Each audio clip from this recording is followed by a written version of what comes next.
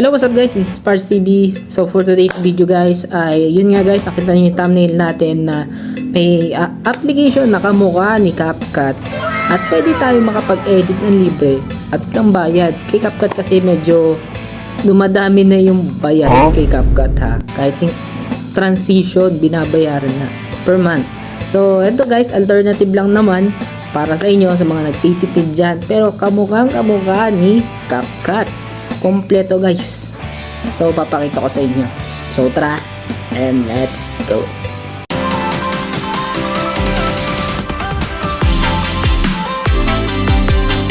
So what's up guys, this is Parts TV. So guys, kung bago ka lang dito sa aking channel at dapat ka nandito, don't forget to subscribe para ma-hit natin yung 3,000 subscribers. So ayun guys, back na tayo sa tutorial. So una muna guys, dito sa kabilang screen natin, makikita nyo dyan yung ating another phone na naka-record. So una muna guys, dapat naka-install yung ating Play Store at dapat naka-install niyang si CapCut. So yan guys, papakita ko muna sa inyo si CapCut, yung legendary na sobrang sikat na application na sobrang daming gumagamit na katulad ko. So ayun guys, pero para sa akin guys, kasi eto nga guys, yung CapCut ay medyo monthly mo binabayaran at para magamit mo nga yung mga features na at ma-unlock mo yung ibang features doon na pwede mo magamit kasi nga may bayad. So ayun, may bayad. May bayad kasi guys, kaya hindi natin nagagamit yung hindi natin na-unlock yung full potential ng application na si CapCut. So yung share natin na bagong video editing software na to sa application, dito lang din sa phone lang din guys, sa phone lang din, katulad ni CapCut at sobrang solid niya guys. So ipapakita ko sa inyo para makita ninyo yung pagkakaiba. So punta muna tayo kay CapCut. So ayan. So ito guys, kay CapCut, ito yung natin, kunyari, ito yung itsura. Ayan guys, yung itsura niya. Tapos may nakasave na dyan, kiklik lang natin para makita nyo yung pagkakaiba. So guys, ganun din, meron din dito sa baba, may, makikita nyo, kinlik ko muna yung video. Ito guys, mapapansin nyo dito, may keyframe dun sa taas, may plus key, diba? Doon sa may undo and redo guys, pag may mali tayong nagagawa. Tapos dito, okay naman, parehas din, walang pinagkaiba. Tapos sa aspect ratio, makikita rin natin dito kung nasaan din doon yung isa.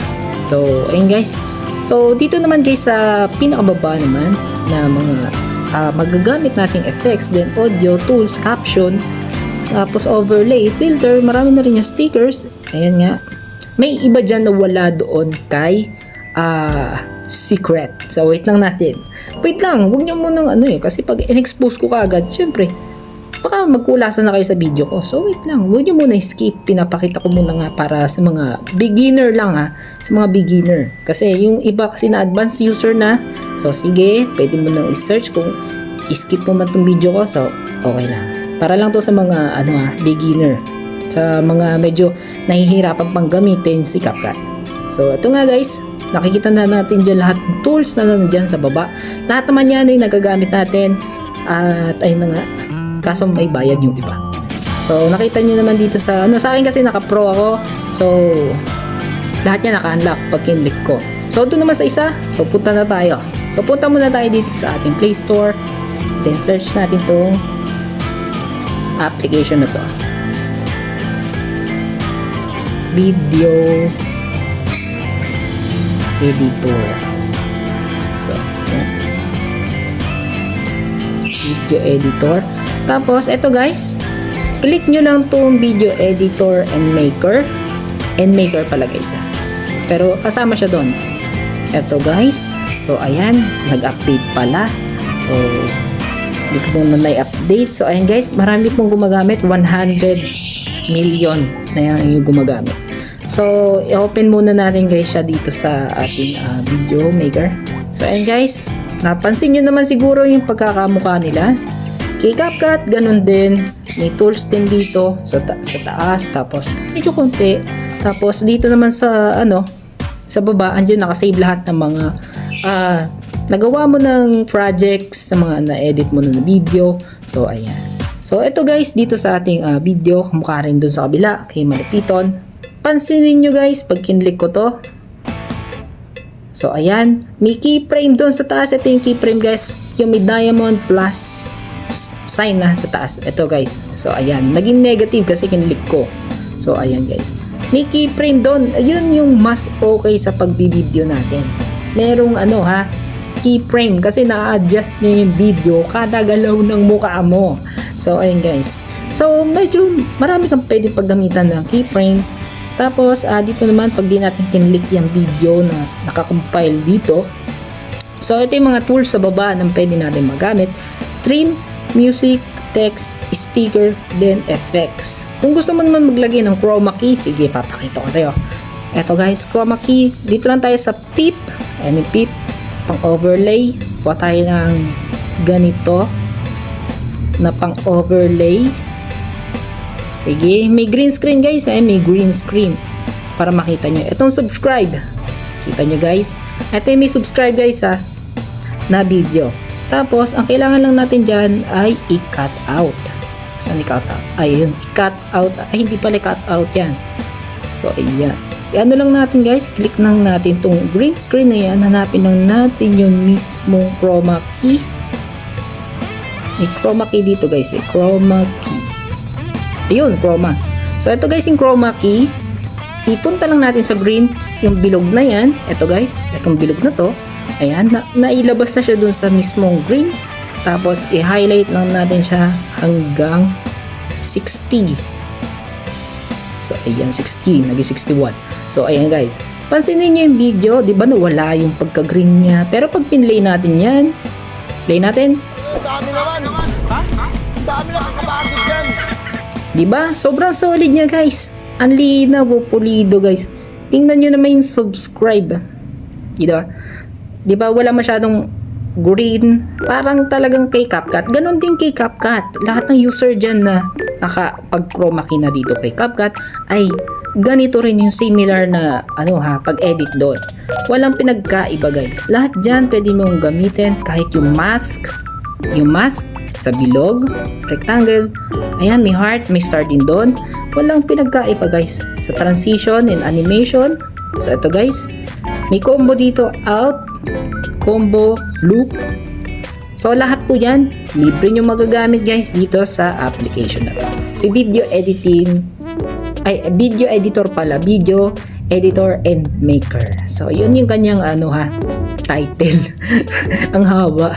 So ayun guys, kita nyo naman siguro sa pag-edit ko, medyo nadadalian ako, kaya solid niya. Tapos paano naman guys kung ayun nga, may mga effects. So ito po, may mga effects tayo dyan, glitch. So ayun guys, beat, basic, so ayan, new year and graffiti, tapos mood, comic, and motion. Then dark, sobrang dami guys.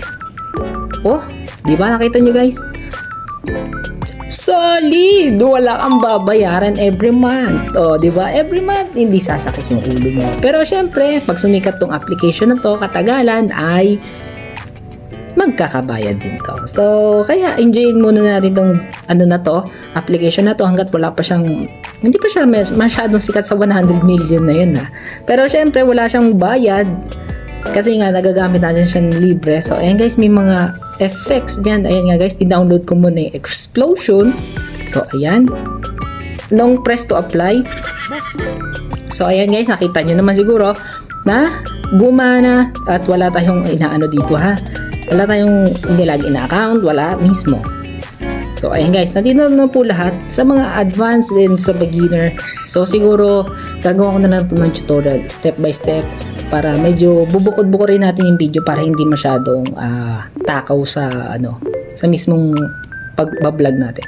Isa-isay natin yung topic, music, text, sticker, paano ginagamit, lahat, yung filter, pati yung mga dito, caption. Ayun guys, yung caption dito medyo bitin para sa akin kasi yung caption ay limited yung kanyang yun nga, walang Tagalog. Siguro sa mga nag-i-English dyan, kung gusto nilang i-translate yung nila, pwede magkaroon dyan ng text katulad ng ginawa kong video ng nakaraan. So ayun, pwedeng maging ganun pag English lang, pero pag Tagalog di ko sure. So ayun guys, try natin mag-save muna para matapos itong ating video. So So sa mga iba dyan na nag-skip, so sige, okay lang. Para naman to sa mga beginner. So yun guys. So ito guys, punta muna tayo dito sa ating yun nga. Save na natin siya. Click lang natin itong save button sa right side. Okay. Tapos dito guys, may recommended. Siguro abot wow, hanggang 4K hanggang 4K. So, try muna natin 1080 kasi hindi naman tayo masyadong kasi naman to basic lang naman yung ginawa natin. Example lang. Save lang natin. So, ayan.